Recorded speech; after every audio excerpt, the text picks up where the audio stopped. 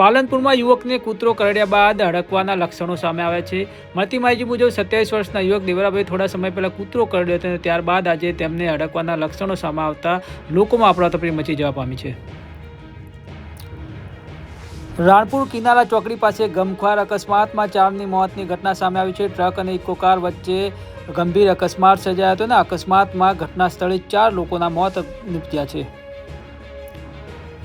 18મી અખિલ ભારતીય ગિરનારની આરોહણ અવરોહણ સ્પર્ધામાં દેશના 12 રાજ્યોમાંથી સ્પર્ધકોએ ભાગ લીધો હતો।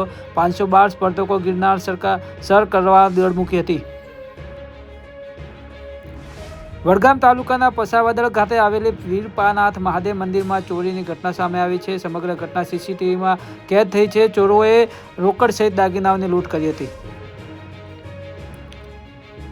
ભાવનગર નેશનલ હાઈવે વન્ય પ્રાણીઓ માટે ઘાતક બન્યો છે। જાફરાબાદ નાગેશ્રી નજીક વાહન અડફેટથી શિયાળનું મોત નીપજ્યું છે। નાગોશ્રી ટોલનાકા નજીક અજાણ્યા વાહને શિયાળને અકસ્માત કરી નાસી છૂટ્યો હતો।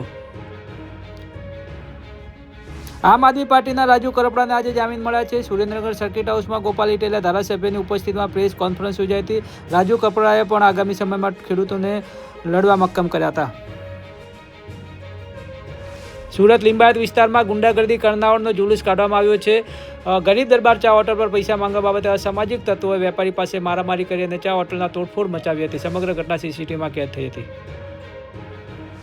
પંચમહાલમાં 2.7 તીવ્રતાનો ભૂકંપ, ગોધરાથી 17 કિમી ઉત્તર પશ્ચિમ દિશામાં ધરતી ધ્રુજતા લોકોમાં ગભરાટ। પંચમહાલ જિલ્લામાં મુખ્ય મથક ગોધરામાં 17 કિમી દૂર પશ્ચિમ ગ્રામ્ય વિસ્તારમાં રવિવાર સવારે ભૂકંપનો હળવો આંચકો આવ્યો હતો।